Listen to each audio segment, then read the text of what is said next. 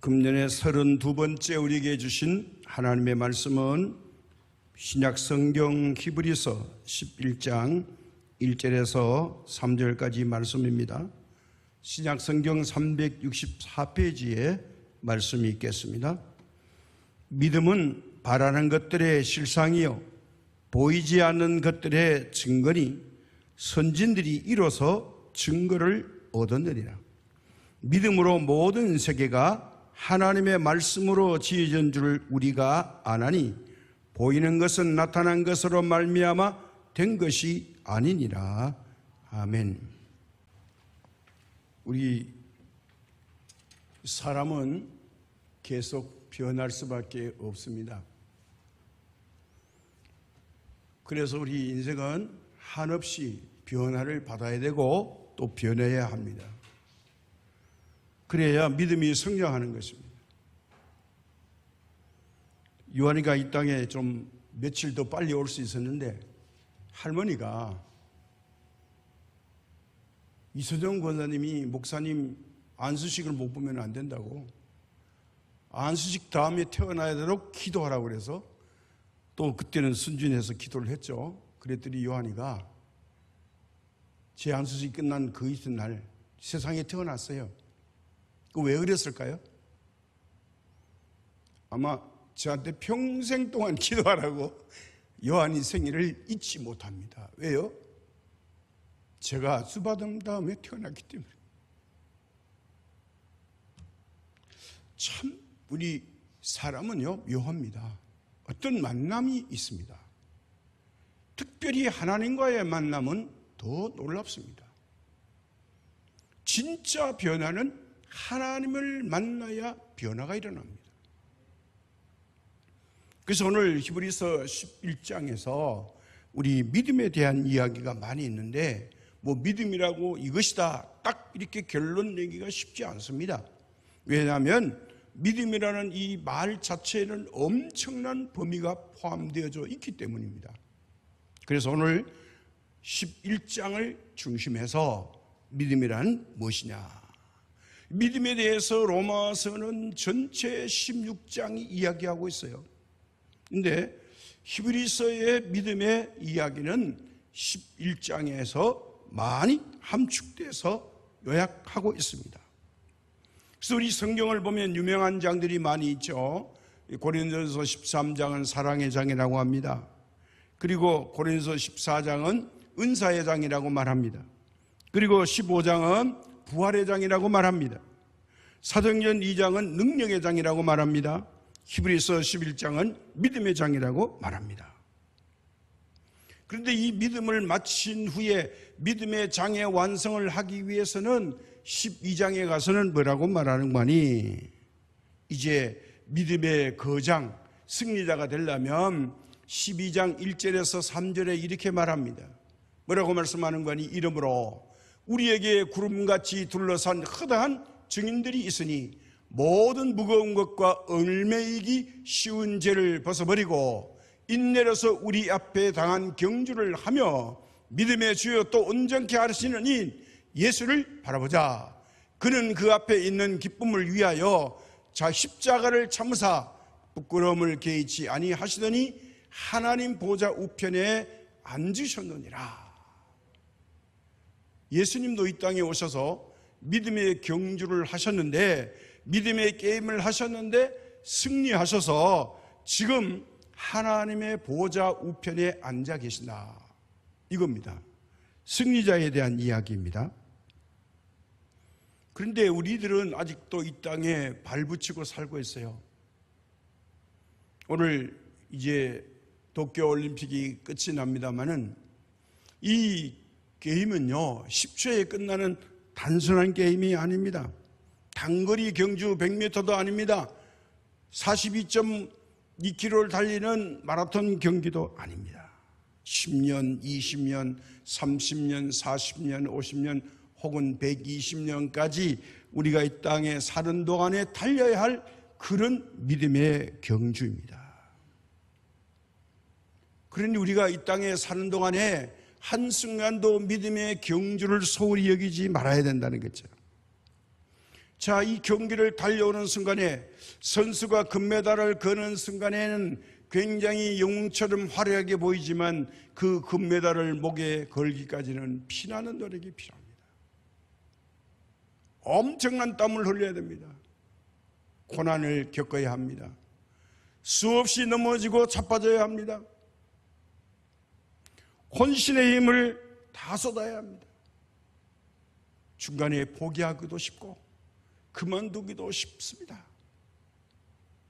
이게 바로 경주자의 모습이에요.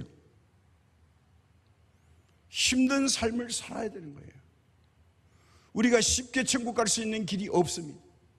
그렇다면 왜 이 땅을 통과하지 않고는 하나님의 나라에 갈 수 없도록 구조적인 우리가 환경에 놓여 있습니다.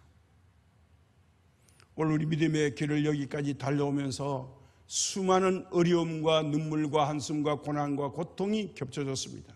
물론 그 중간에 기쁜 일도 있고 즐거운 일도 있고 응답받은 일도 있었지만 많은 일들이 교차되어서 오늘 현실 앞에 우리가 서 있는 것입니다. 오늘 믿음의 사람들도 보니까 히브리서 11장에 35절에서 38절에 보면요, 엄청난 핍박과 고난이 있었는데 이것을 잘 이겨낸 사람들은 믿음의 영웅으로 칭송을 받습니다.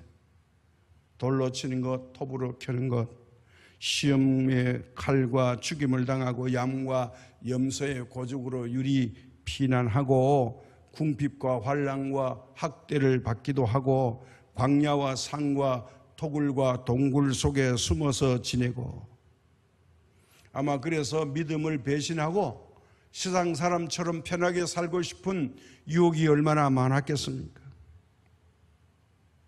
그러함에도 불구하고 이 믿음의 사람들은 매도 맞고 감옥에 투옥 되기도 하고 오해를 받기도 하고 또 가족이 큰 고통을 받는 가장으로서의 그 피해막심한 환경에 놓여 있는 일들을 보면서 얼마나 가슴앓이를 많이 했겠습니까? 그러나 이들은 끝까지 이 경주를 믿음으로 마쳤을 때에 그들에게는 바로 믿음의 영웅들이다. 그래서 11장에 많은 사람들의 이름이 나옵니다. 도대체 이분들은 환경이 달랐지만 어떤 믿음을 가졌기에 믿음의 영웅이 되었는가를 배워서 우리도 믿음 생활에서 모두가 이렇게 승리할 수 있기를 소원합니다. 왜 그러냐? 우선 믿음의 인물들이 믿음이 어떤 것인가를 알아보기 전에 어떤 믿음을 가졌는가? 이것을 먼저 알아봐야 우리가 이 말씀의 은혜가 될 줄로 믿습니다. 자, 우리가 일상생활에 몸이 불편하면 어떡합니까? 이 몸이 불편하네 그리고 있을 수가 없죠.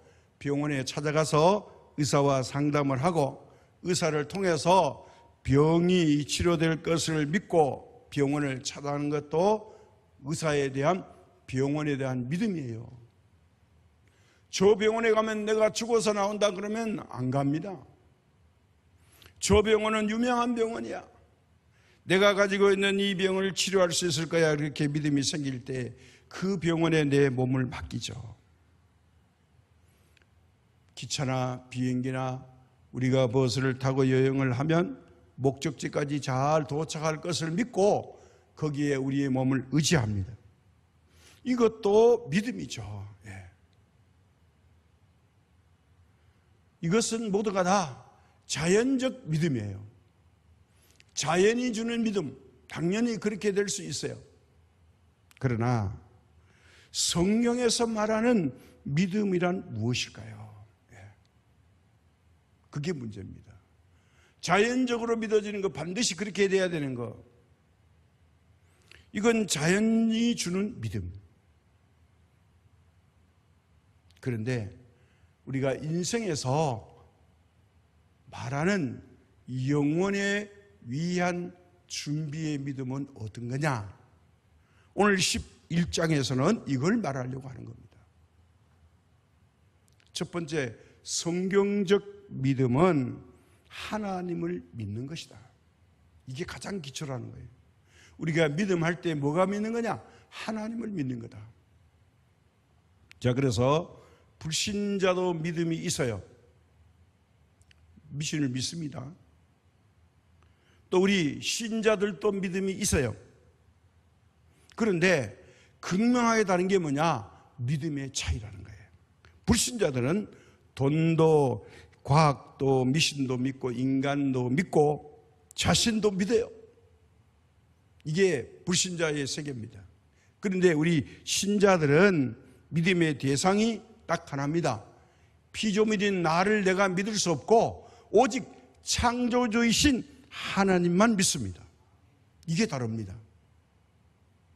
세상 사람은 많은 걸 믿어도 우리는 딱 하나, 하나님만 믿습니다. 이게 다른 겁니다. 왜?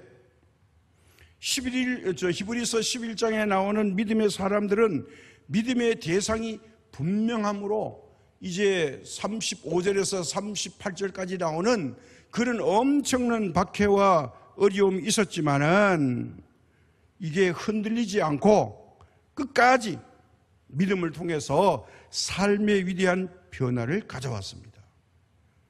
현실에 굴복하지 않았다는 거예요. 이 현실 너머에 분명히 하나님이 계신다는 거예요.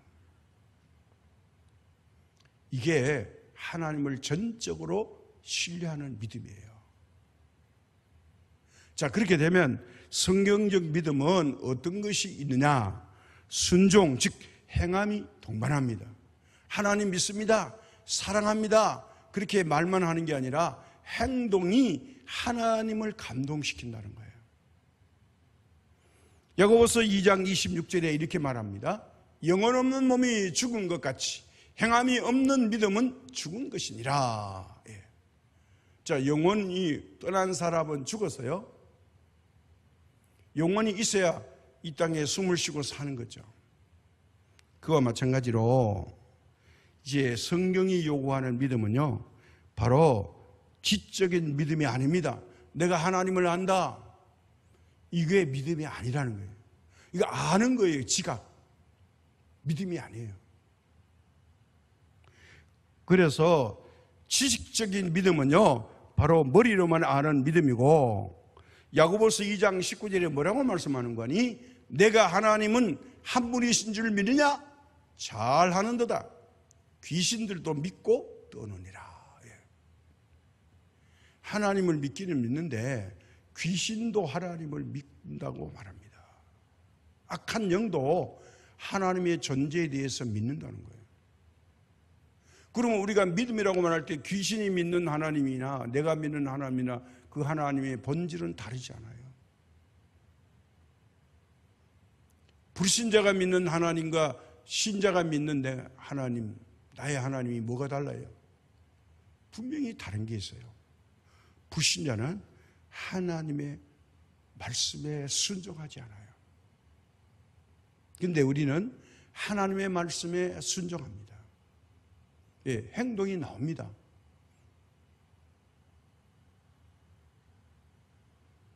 요한이하고 이야기를 하면서 제가 큰 은혜 받은 것은 요한이 이름 때문에 참을 때가 많다고 얘기했어요.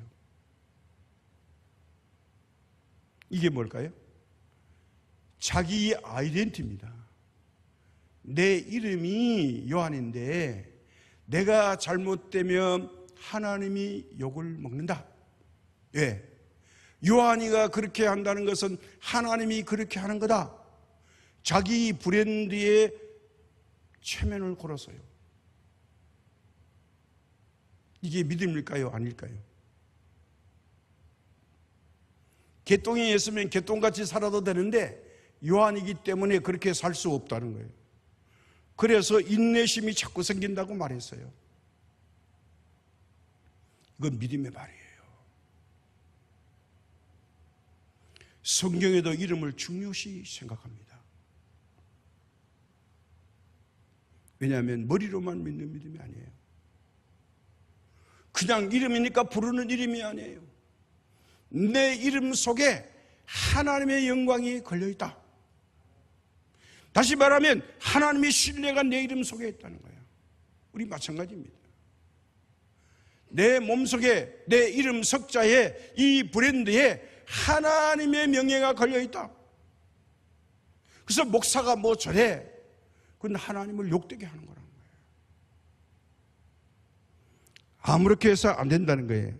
그래서 머리로만 믿는 믿음은 형식적인 믿음이에요. 그래서 예수님이 바리새인과 서기관과 율법학자들을 자꾸 책망합니다. 외식이라고 말합니다.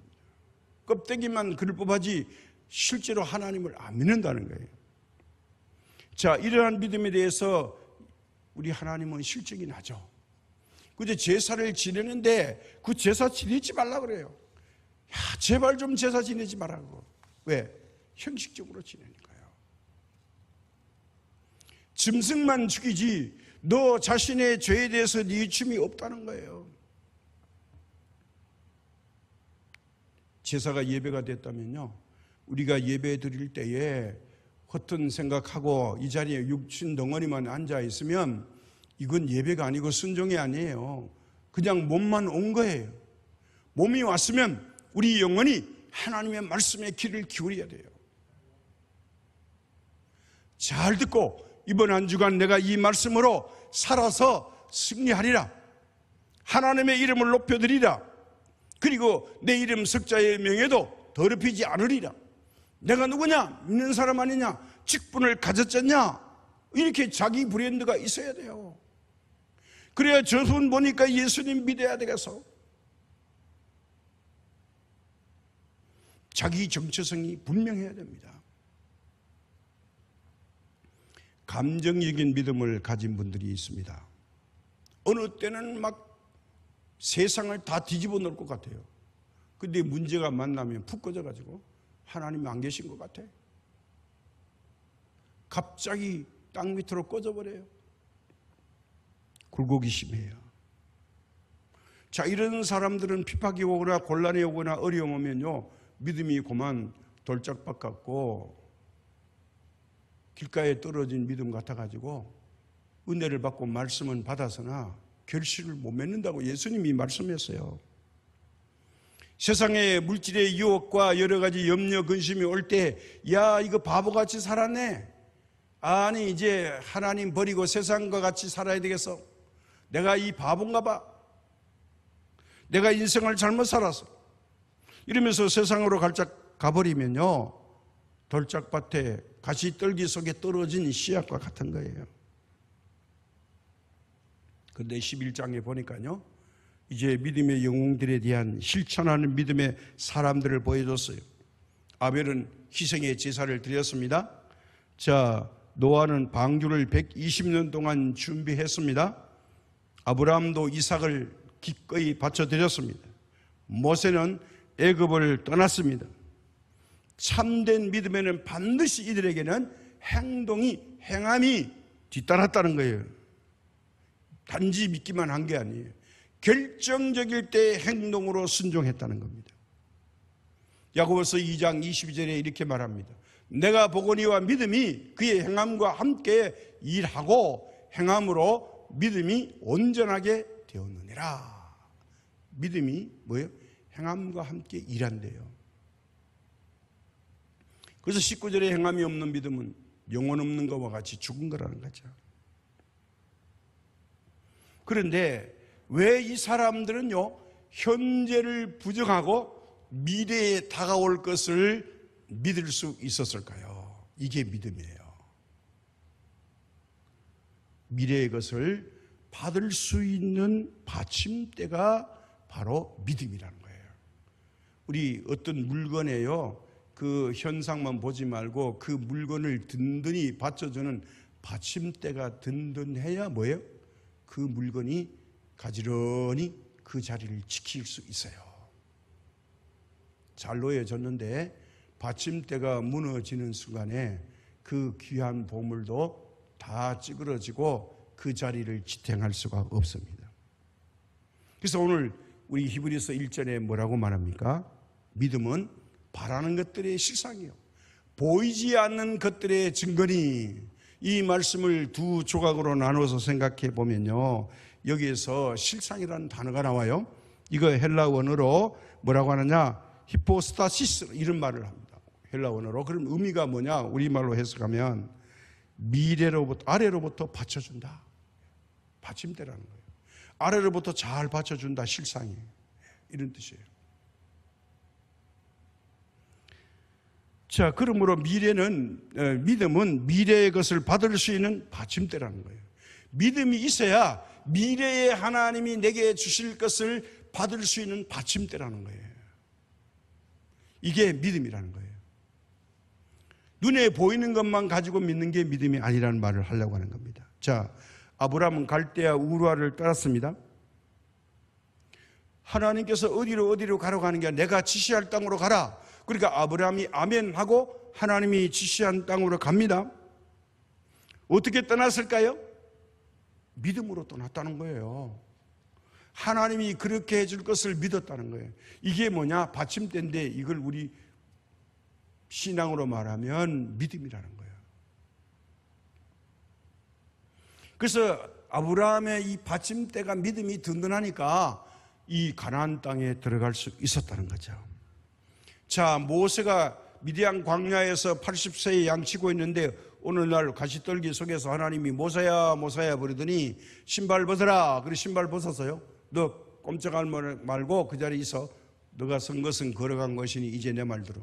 너 저 바로왕 앞에 가서 이스라엘 백성들을 이끌어내라. 모세가 안 된다 그랬죠. 근데 하나님이 말씀하셨죠. 근데 모세가 어떻게 해요? 그렇게 될 걸 믿고 애굽으로 가죠. 이집트. 이게 모세의 믿음이라고 말하는데 사실은 하나님에 대한 신뢰의 받침대가 있으니까 모세가 그 말을 믿고 가는 거예요. 이제까지 한 번도 만나본 적이 없어요. 80세에 만난 그 가시떨기 속에서 나온 하나님의 음성이 모세의 받침대가 되니까 모세가 이걸 믿고 바로왕 앞에 나가는 거죠. 그래서 모세가 광야에 나와서 홍해 바다가 가로막히니까 그때부터 모세는 이 받침대를 사용하죠. 믿음으로 하나님 앞에 기도드리죠. 홍해를 바라봐라. 손을 내밀어라. 홍해 바다가 갈라지죠. 아이고 하나님 지금 장난하십니까? 손 내밀어가지고 뭐가 되겠다고. 아 그만하세요. 그만. 됐어요. 그만. 나 이제 그만하고 갈 거예요. 그렇게 할 수 있어요. 근데 홍해를 보면서 손을 가리키라는 거예요. 그랬더니 홍해가 갈라지기 시작하는 거예요. 이게 바로 뭐냐? 모세의 믿음이에요. 하나님에 대한 받침대가 든든했다는 거예요. 왜요? 10가지 기적이 일어났잖아요. 자, 여호수아가 요단강을 건너는 것도 마찬가지죠. 스승 모세를 통해서 일어난 모든 일들을 보았습니다.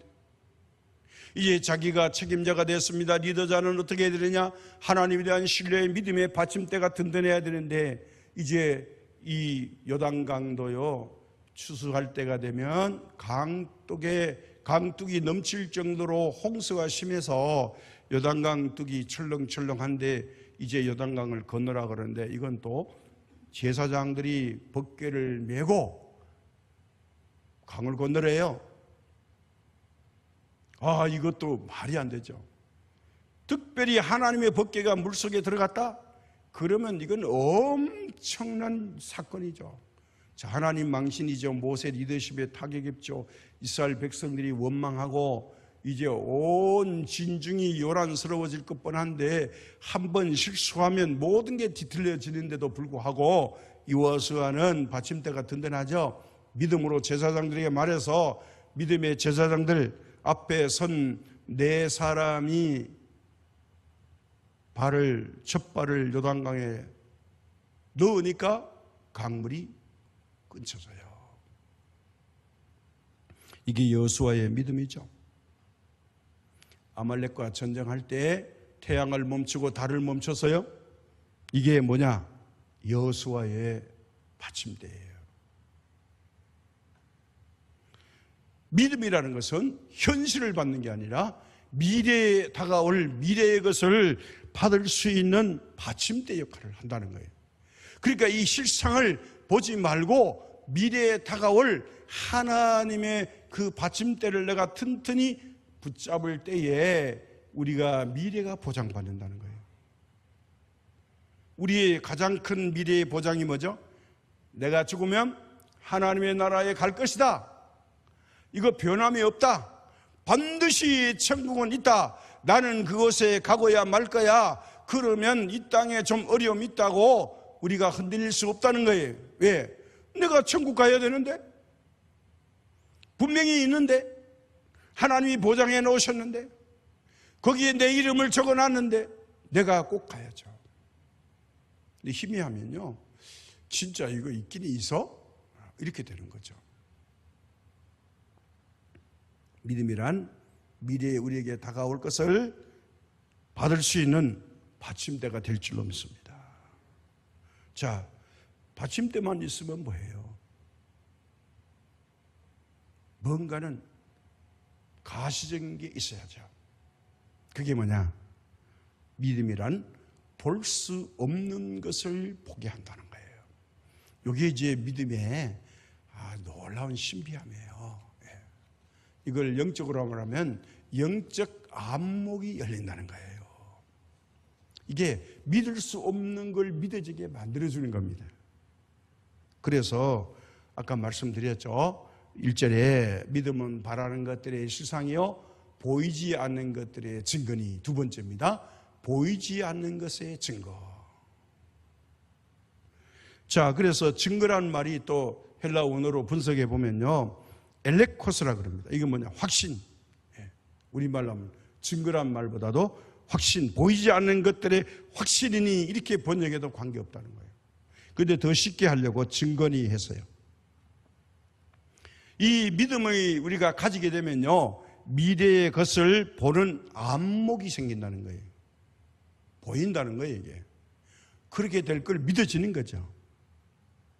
자, 노아가 홍수 심판이 120년 후에 있을 거다 하나님이 말씀했을 때에 정말 세상에 노아 홍수가 있을 그런 징조가 있었냐? 전혀 없었어요. 아니, 사람이 120년 후에 어떤 일이 일어날지 누가 안다는 거예요? 아무도 몰라요. 안 믿어서요. 그런데 노아는 이걸 믿었어요. 자그마치 아무 사람의 도움도 안 받고 자기가 120년 동안 배를 만들어서 방주를 구성했어요. 그래서 노아가 하나님으로부터 이런 말을 들어요. 의로운 자라, 이렇게 됐다고 11장 2절에서 말해요. 선진들이 일어서 증거를 얻었느니라, 이렇게 말합니다. 자, 여리고성에 라합이라는 기생이 있어요. 신분은 천한데 정탐꾼이 오니까 이 라합이요, 이스라엘 백성들이 오면 이 여리고는 무너진다는 걸 믿었어요. 숨겨줬죠. 목숨 걸고. 자, 여호수아가 점령할 때 어떻게 됐어요? 그의 온 일가 친척은 구원을 받았어요. 이 라합의 안목이 있었던 거죠. 자, 여호수아도 여리고 성벽만 봤으면 절망했을 거예요. 여호수아 이전까지는 여리고 성이 한 번도 점령된 적이 없어요. 난공불락의 성이었어요. 여리고 성의 두께가 12m 정도 됐다고 그러니까요. 요즘 말하면 대형 버스 2대가 지나다녀도 괜찮을 정도로, 그 정도로 튼튼한 성벽이니까 외국의 적군이 들어와도 여리고 성은 점령할 수가 없는 거예요. 그런데 7바퀴 도니까 여리고 성이 무너졌어요. 여호수아는 하나님의 말씀대로 순종했다.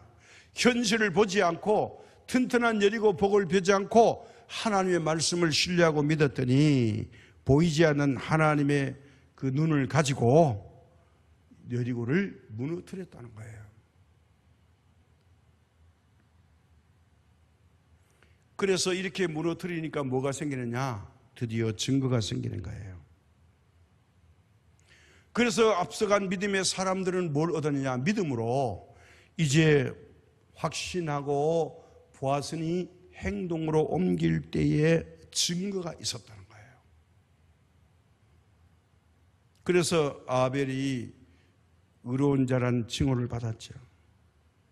에녹은 하나님을 기쁘시게 하는 자, 동행하는 자라는 말을 들었죠. 노아는요 120년 동안에 이 배를 준비해서 40일 동안 홍수가 있었지만은 이때 노아가 뭘 했어요? 물의 심판을 면하는 무지개 언약을 받았어요. 아브라함 믿음으로 하나님으로부터 믿음의 조상이라는 증거를 받았어요. 자, 믿음으로 산 사람은 하나님으로부터 이렇게 다 훌륭한 칭호를 받았습니다. 그렇다면 저와 여러분은 오늘 하나님으로부터 어떤 증거를 얻고 계십니까? 하나님으로부터 믿음의 인정받을 만한 증거가 내게 있습니까? 누구를 보니 내가 인정할 만하다, 이런 믿음을 가졌구나, 그렇게 인정받을 만한 믿음을 갖고 계십니까? 만약에 오늘 우리가 이 말씀 앞에서 나의 삶 가운데 이런 증거가 없다면 우리는 정말 믿음 안에 있는가를 먼저 자신을 살펴볼 수 있는 좋은 기회가 되기를 바랍니다. 하나님이 나를 보고 뭐라고 말씀하실까? 슬퍼하실까? 기뻐하실까? 하나님이 어떤 믿음을 좋아하실까요? 저는 이것을 가장 좋아하신다고 생각합니다. 무엇일까요? 말씀이 기초되는 믿음입니다. 믿음의 뿌리가 뭐냐? 말씀이 있어야 된다는 거예요. 그래서 11장 3절에 이렇게 말하죠. 믿음으로 모든 세계가 하나님의 말씀으로 지어진 줄 우리가 아나니 보이는 것은 나타난 것으로 말미암아 된 것이 아니니라. 자연계시가 전부가 아니래요. 수보계시는 하나님이 더 능력이 있고 크다. 그게 뭐냐? 로고스라는 거예요. 그래서 로마서 10장 17절에 이렇게 말합니다. 그러므로 믿음은 들음에서 나며 들음은 그리스도의 말씀으로 말미암았느니라. 그리스도의 말씀으로 말미암았다, 이렇게 말합니다. 그래서 말씀은요 믿음이 기초가 되는 겁니다. 믿음의 기초는 뭐냐? 말씀이 우리 속에 있어야 된다는 거예요. 노아는요 홍해 바다에서 800km 떨어진 곳에서 자기 가족이 탈 수 있는 배를 1000배나 더 크게 지어가지고 노아의 가족 8명만 타려고 지었는데 하나님이 모든 동식물을, 바다의 물고기, 어족을 빼고는 다 태우라 그랬죠. 그래서 120년 준비하니까 노아가 겨우 살린 사람이 자기 포함해서 8명이에요. 우리가 착각합니다. 내가 막 은혜 받아가지고 말씀 충만하고 성령 충만하고 대단한 사람 되면 내가 이 지구상에 있는 모든 사람을 다 구원시켜버릴 거야. 내가 그런 사명 받아서. 그냥 날뛰지 마세요.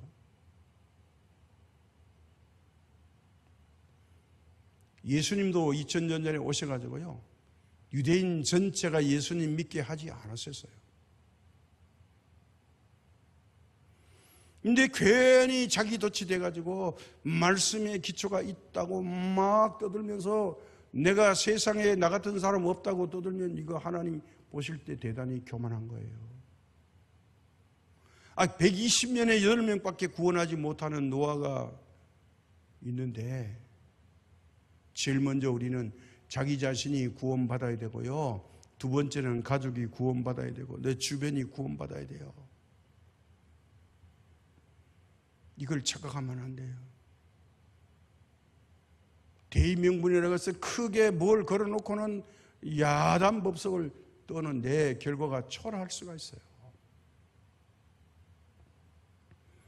그러므로 우리는요 하나님의 말씀에 기초해서 하나님의 말씀을 믿기를 시작해야 됩니다. 말씀이 믿어져야 돼요. 그리고 그 말씀을 실천해야 합니다. 이제 환경과 이 감정에 의지하지 말고 하나님의 말씀을 들어야 됩니다. 그리고 읽어야 합니다. 연구하고 암송해야 됩니다. 그리고 그 말씀을 기도함으로 나의 것으로 만들어야 돼요. 이 말씀이 내 것이 돼야 돼요. 그리고 내 것이 됐을 때 그 말씀을 믿으시고 행동하십시오. 뭐가 일어나느냐? 증거가 나타납니다. 기적이 일어납니다. 신명기에 보니까 하나님께서요, 말씀대로 순종하고 살아서 기적이 안 일어나면 그 문제가 있다고 그랬어요. 기적이 따른다 그랬습니다. 그래서 모세가 하나님 믿었더니 출애굽 사건이 일어났어요. 홍해가 갈라졌습니다. 그것만 있는 게 아니에요. 만나와 메추라기가 내렸습니다. 반석에서 샘이 터졌습니다. 요단강이 갈라집니다. 여리고가 무너집니다. 우리 앞에 있는 어떤 문제라도 해결할 수 있는 가장 기초가 뭐냐? 말씀에 기초한 믿음이 있을 때에 하나님의 살아계신 증거, 이거 우리 앞에 있다는 거예요. 그래서 이게 부족하니까 히브리서 4장 12절에 이렇게 말씀해줘요. 하나님의 말씀은 살아있고 활력이 있어 좌우의 날선 어떤 검보다도 예리하여 홍과 영과 및 관절과 골수를 찔러 쪼개기까지 하며 또 마음의 생각과 뜻을 판단하나니. 하나님의 말씀은요, 우리 인간이 한계에 있는 모든 걸 능가해서 능력 있게 해결해 주실 수 있다, 이거예요. 그래서 하나님의 말씀은 살아 움직인다는 거예요. 죽은 말씀이 아니라 살아있는 말씀이에요. 그래서 기적의 역사가 일어납니다. 기적의 사건이 일어나서 우리가 놀라게 되는데, 그런데 놀랍게도 특이한 것은 현대 교회에 이런 사건이 잘 일어나지 않는다는 거예요. 왜 그럴까요? 이유는 단 한 가지입니다. 하나님의 말씀의 운동력이 일어나지 않기 때문입니다. 초대교회는 하나님의 말씀의 운동력이 일어나서 예배가 뜨거웠고요, 사랑이 뜨거웠고, 모임이 뜨거웠고, 전도가 뜨거웠고, 말씀 운동력이 일어나서 예배 가운데 사람들이 모이기를 힘썼어요. 목숨을 걸고 믿었어요. 모이면 기도했어요. 초대교회 이와 같은 사건이 연속이었습니다. 이 사건이 어떻게 일어나냐? 주의 말씀 운동이 흉황할 때 일어났다고 성경은 말해요. 그래서 사도행전을 살펴보면요, 사도행전 6장 7절에 이렇게 말해요. 하나님의 말씀이 점점 왕성하여 예루살렘에 있는 제자의 수가 더 심히 많아지고 허다한 무리가 제사장의 무리도 이도에 복종하니라. 자, 제사장들이 예수님을 믿기 시작하는 거예요. 12장 24절입니다. 하나님의 말씀은 흉황하여 더하더라. 그러면서 13장 49절에 또 이렇게 말합니다. 주의 말씀이 그 지방에 두루 퍼지니라. 말씀이 퍼진다는 거예요.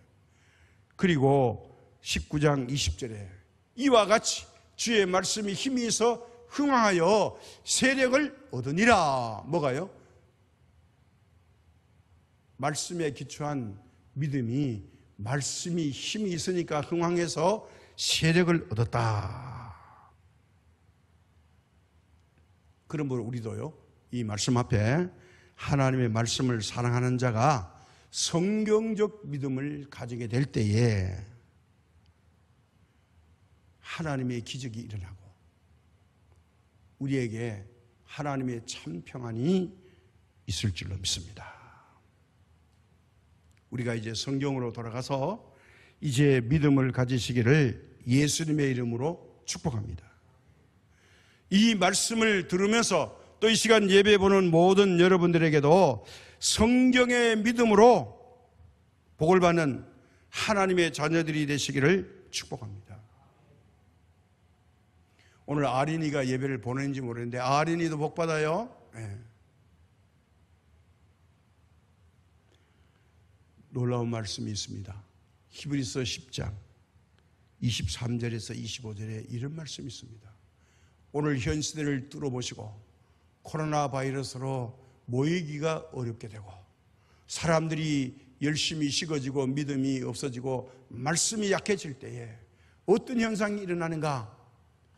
또 약속하신 이는 믿으시니 우리가 믿는 도리의 소망을 움직이지 말며 굳게 잡고 서로 도와봐 사랑과 선행을 격려하며 모이기를 피하는 어떤 사람들의 습관과 같이 하지 말고 오직 권하여 그날이 가까이 옴을 볼수록 더욱 그리하자.